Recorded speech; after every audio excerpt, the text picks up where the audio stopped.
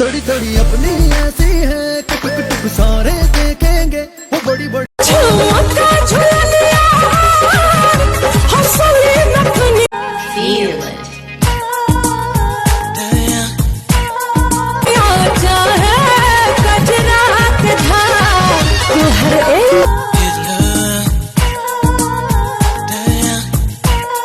Everyone, आज आप लोग देख रहे हैं यहाँ पर अंजलि को, और अंजलि कर रही हैं यहाँ पर शॉपिंग, और साथ ही आप लोग एंजॉय कर रहे हैं अवनी की ये प्यारी सी डांसिंग वीडियो।